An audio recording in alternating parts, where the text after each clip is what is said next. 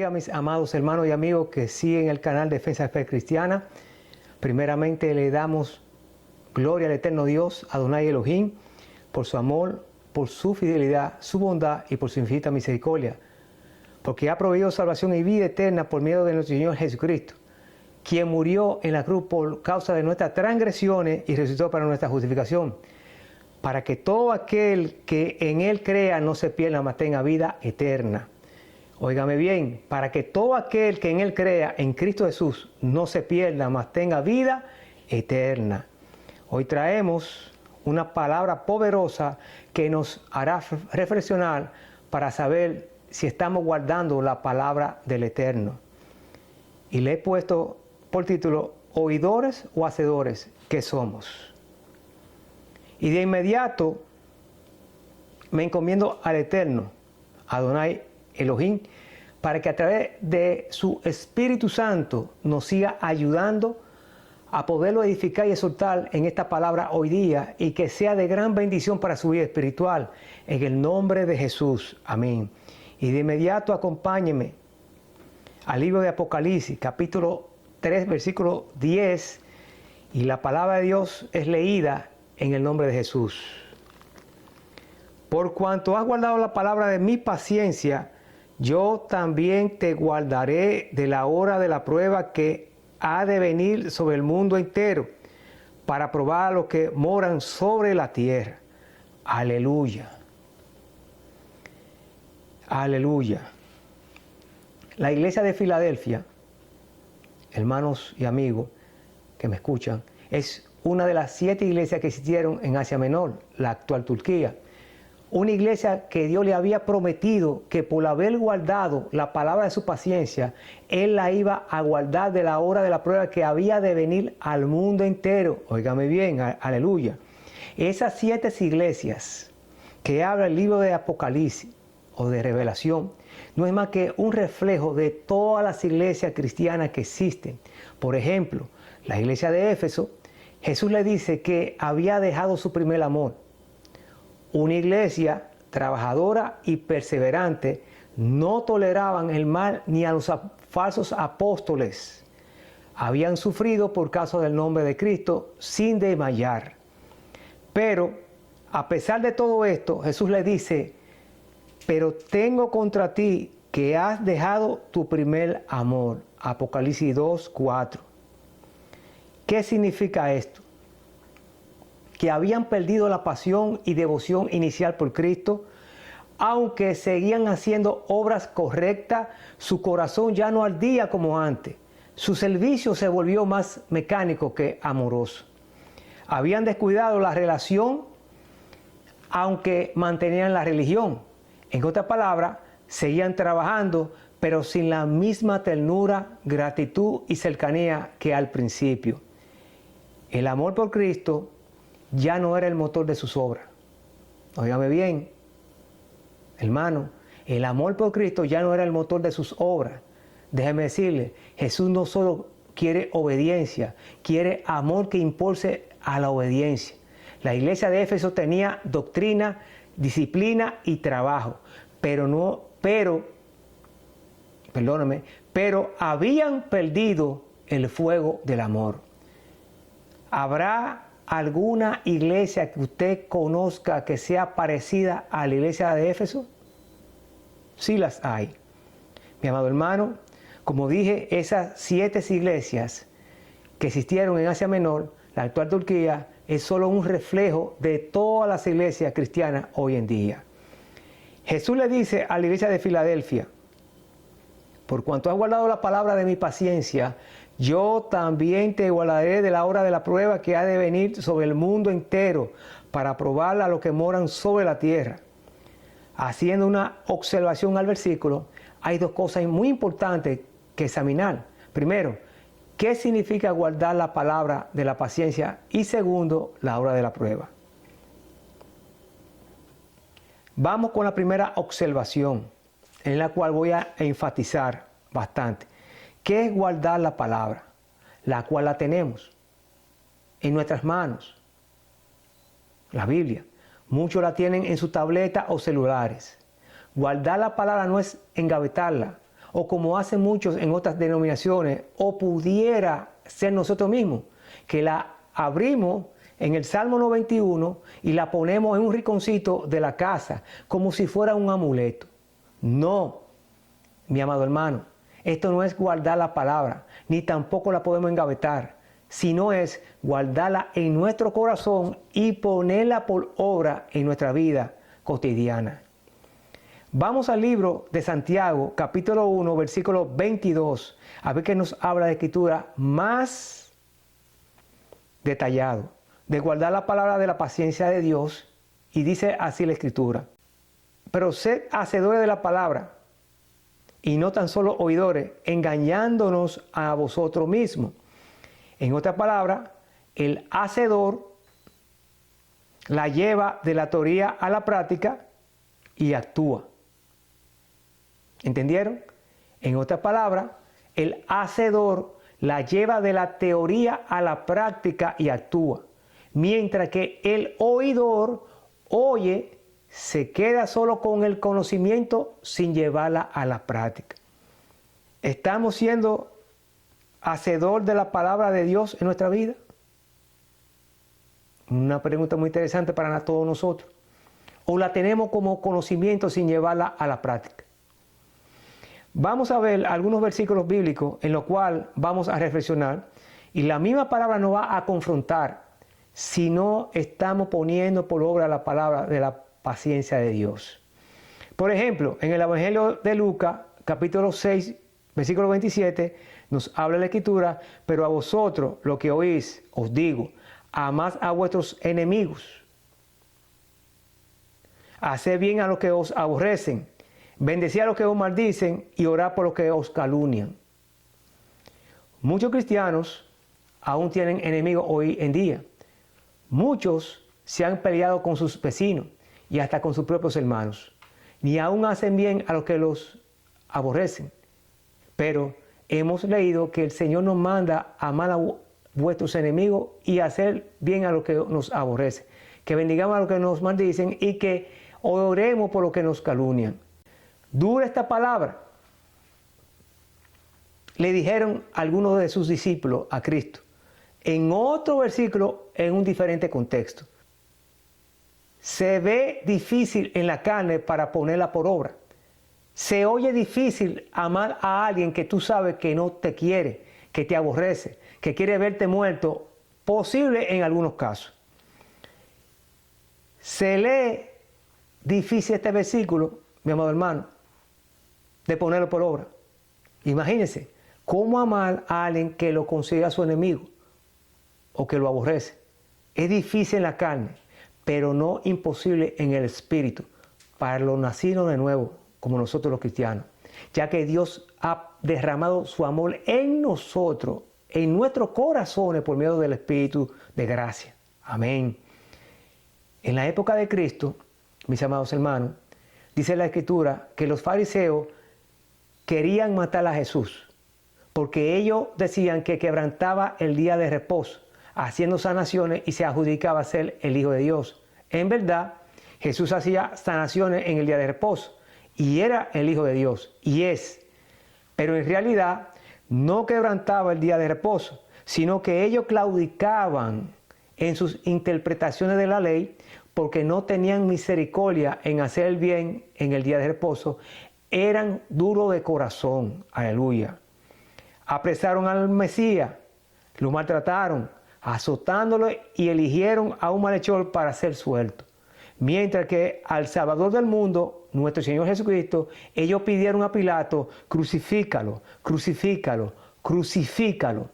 Pero sin saber que este era el plan de Dios para hacer la obra de redención para el mundo por medio de Cristo en la cruz del Calvario. Pero aún así, déjeme yo decirle, pero aún así, con todo lo que le habían hecho, nuestro Señor Jesucristo le decía a Dios Padre: Padre, perdónalo porque no saben lo que hacen.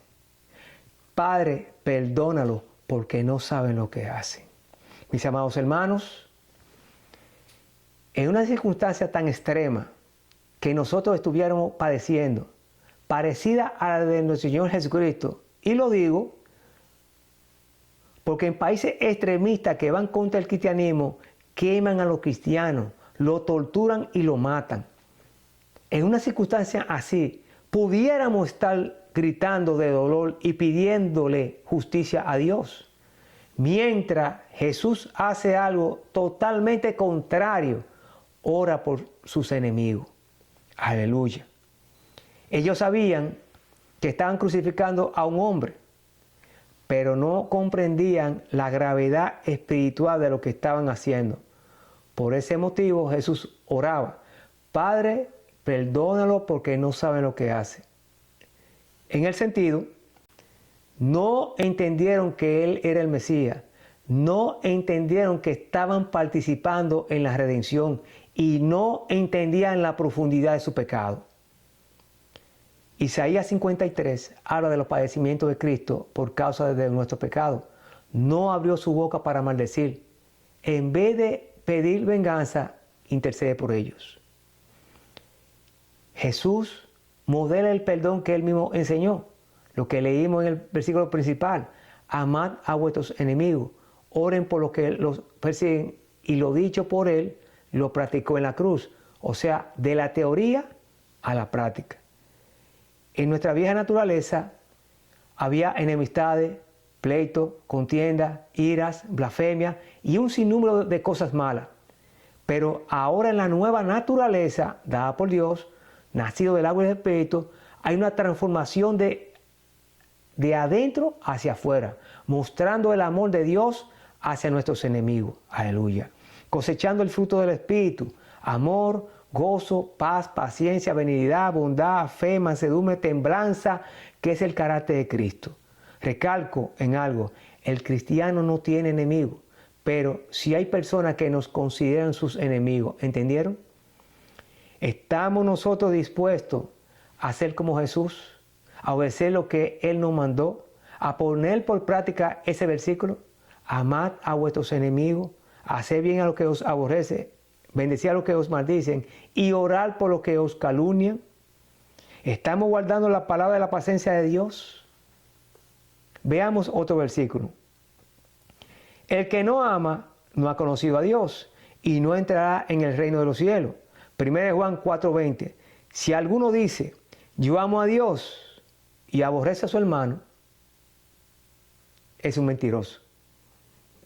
Pues el que no ama a su hermano, a quien ha visto, ¿cómo puede amar a Dios a quien no ha visto? Vuelvo a repetir: ¿estamos guardando la palabra de la paciencia de Dios? ¿Estamos poniéndola por práctica en nuestra vida hacia nuestros hermanos? En este versículo leído nos habla de un hermano de la fe.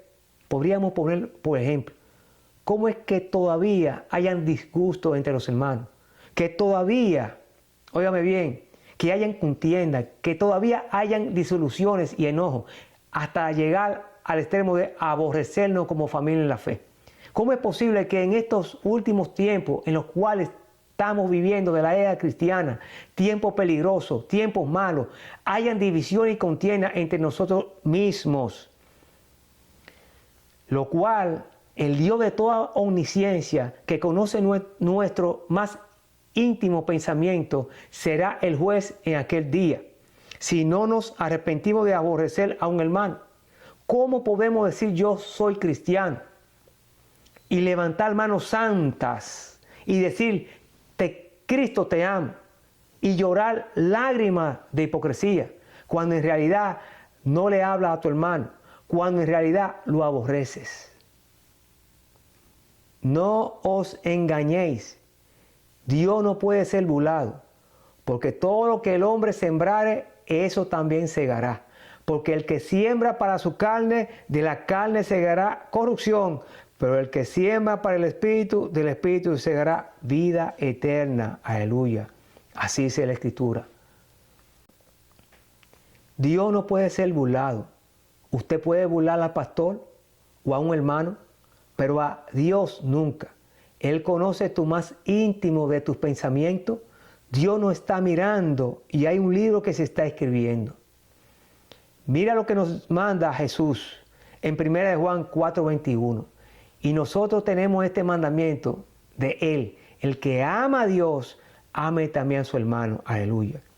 Estamos guardando este mandamiento que no proviene de hombre, sino de Dios. Estamos guardando la palabra del amor de Dios hacia nuestros hermanos. Estamos guardando la palabra de la paciencia de Dios y poniéndola por obra. La estamos haciendo partícipe de nuestra vida cotidiana. Reflexionemos en esta parte también. Otro versículo que debemos tomar muy en cuenta se encuentra en 1 de Pedro, capítulo 1, versículo del 15 al 16. Sino como aquel que os llamó es santo, sed también vosotros santos en toda vuestra manera de vivir. Lea usted el versículo, a ver si yo me equivoqué. ¿Verdad que dice en toda vuestra manera de vivir? He tocado un punto que en muchas iglesias no se toca casi. Lo primero que nos habla este versículo es que Dios es santo. Y después nos da una orden, sed. La santidad es un atributo de Dios que comparte con su pueblo, con los elegidos a su reino.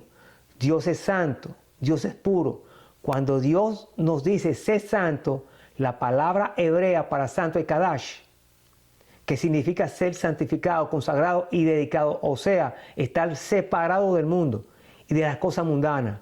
O sea, nos hemos santificado, consagrado y dedicado para Dios en santidad. Aleluya. Mas dice el versículo, en toda vuestra manera de vivir. Y aquí hay que entender muy bien este versículo. En tu forma de hablar, de caminar, de vestir. Dice, en toda vuestra manera de vivir. Aleluya.